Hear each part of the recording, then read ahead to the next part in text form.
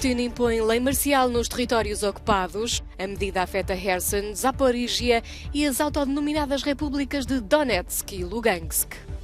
Noruega intensifica a vigilância das instalações energéticas. A Comissão Europeia propõe um reforço de segurança depois da sabotagem dos gasodutos 1 e 2.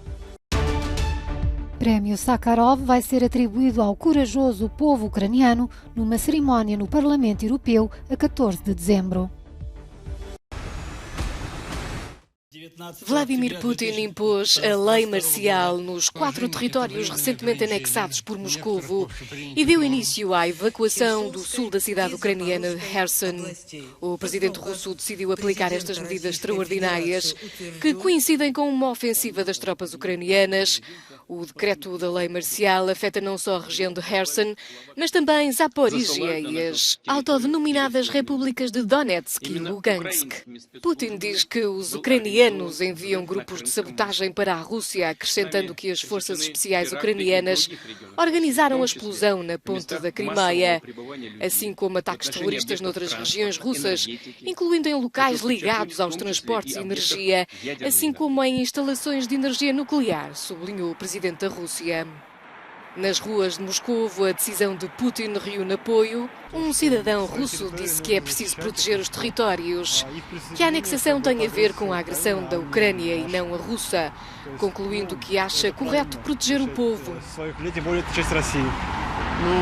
Outro cidadão pensa que a situação é algo estranha, que existem combates a acontecer agora, o que é compreensível, mas disse não acreditar realmente nestes referendos.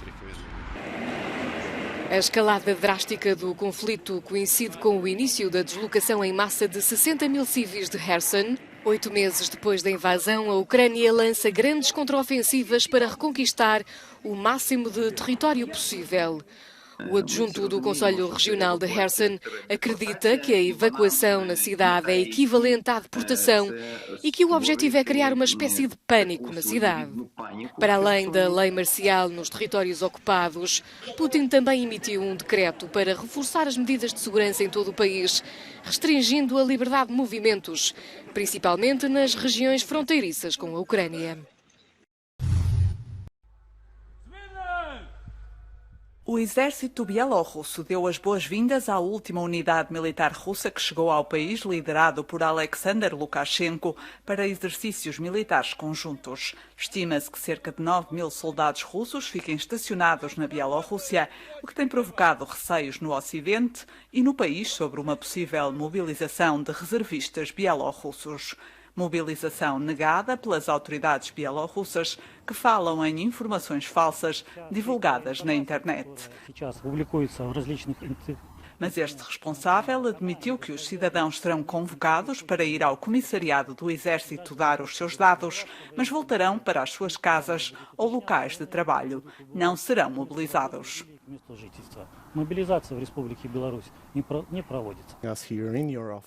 A oposição bielorrussa diz que seria um grande erro se Minsk seguisse os passos do Kremlin. A líder da oposição, Sviatlana Tsikhanovskaya, diz que nem os bielorrussos nem o exército bielorrusso apoiam esta guerra e que duvida que os soldados bielorrussos respondam a esta convocatória.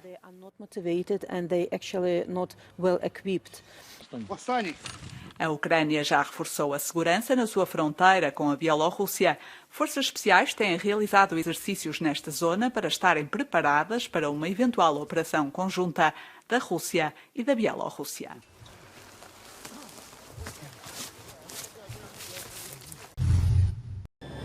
A Noruega intensificou a vigilância das instalações energéticas devido a receios de atos de sabotagem. O país será um dos abastecedores de energia da Europa neste inverno e as autoridades europeias propõem o reforço de infraestruturas críticas nos setores-chave dos Estados-membros, como a energia, isto na sequência da sabotagem dos gasodutos Nord Stream 1 e 2. A arma favorita do presidente Putin será o gás, e será o gás alternativo. Os terminais de gás natural liquefeito estão a ser reconhecidos por ciberintervenientes da Rússia. Neste momento, gostaria de ver um esforço da Comissão Europeia para proteger as nossas estruturas de GNL nos Países Baixos, na Alemanha e também em Espanha. Os ataques aos gasodutos tiveram lugar em águas territoriais da Dinamarca e da Suécia, países que também decidiram intensificar a vigilância das infraestruturas energéticas. A investigação não foi conclusiva quanto ao responsável pelos ataques, mas muitos atribuíram culpas à Rússia. As autoridades russas negaram o boicote, apontando o dedo para os Estados Unidos, que vendem gás natural à Europa.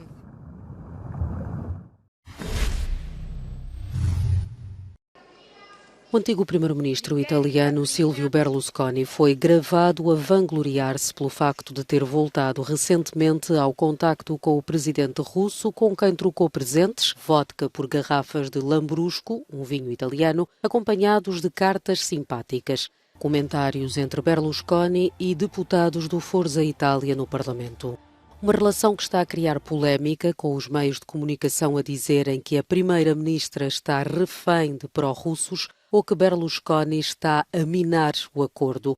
Uma notícia que surge quando a coligação conservadora, liderada por Giorgia Meloni, que tem apoiado a Ucrânia na incursão russa, trabalha na nova composição do governo, com o partido de Berlusconi a bater-se por pastas como a dos negócios estrangeiros. No final da última campanha eleitoral, Berlusconi tentava justificar a invasão russa, dizendo que Putin tinha sido forçado por separatistas pró-Moscovo na região do Donbass.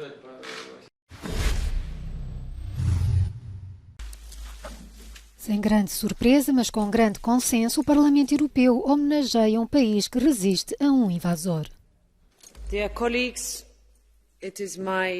Caros colegas, é meu privilégio anunciar que o Prémio Sakharov para a Liberdade de Pensamento de 2022 foi atribuído ao corajoso povo da Ucrânia, representado pelo seu presidente, líderes eleitos e sociedade civil.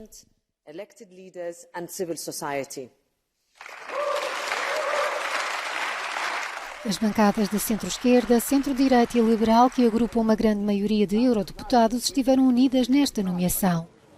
Desde 24 de fevereiro, que a Ucrânia é o palco onde uma potência nuclear, a Rússia, tenta redesenhar as fronteiras na Europa, muitas vezes recorrendo a atos que são considerados crimes de guerra. Alguns parlamentares repetem o mantra do presidente ucraniano Volodymyr Zelensky de que o país está a defender algo mais do que a sua própria integridade. Penso que o prémio coloca esta luta do povo ucraniano na categoria certa. Não é apenas uma luta contra um agressor, não é apenas uma luta contra a Rússia imperialista. É também uma luta pela democracia e pelos direitos humanos. E penso que esta é a relevância da homenagem do Parlamento Europeu. De recordar que a organização ucraniana Centro para as Liberdades Civis foi um dos vencedores do Prémio Nobel da Paz deste ano. Quanto à cerimónia de entrega do Prémio Sakharov, está agendada para 14 de dezembro, também no hemiciclo do Parlamento Europeu, em Estrasburgo. Além do diploma, o vencedor recebe 50.000 euros. Resta saber quem representará o presidente e os ucranianos que estão impedidos de sair do país.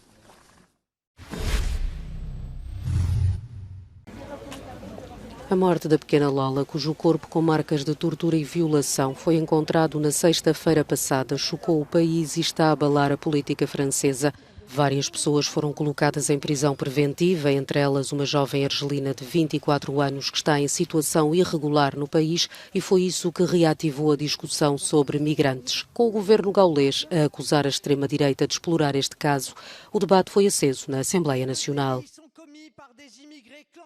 Questionámos-la 100 vezes, Sra. Primeira-Ministra, sobre este laxismo migratório, sobre estas obrigações de abandonar o território que em 90% dos casos não são executadas. Voltei a fazê-lo a 12 de julho. Façam um drama, respeitemos em primeiro lugar a dor da família e deixemos a justiça e a polícia fazerem o seu trabalho. Servir-se do caixão de uma criança de 12 anos da mesma forma que nos servimos de uma alavanca é uma vergonha. Uma manifestação silenciosa em honra de Lola esteve prevista para esta quarta-feira, mas foi cancelada a pedido da família. Está ainda assim prevista uma marcha para quinta-feira. Annelise Borges, em Paris, para Euronews.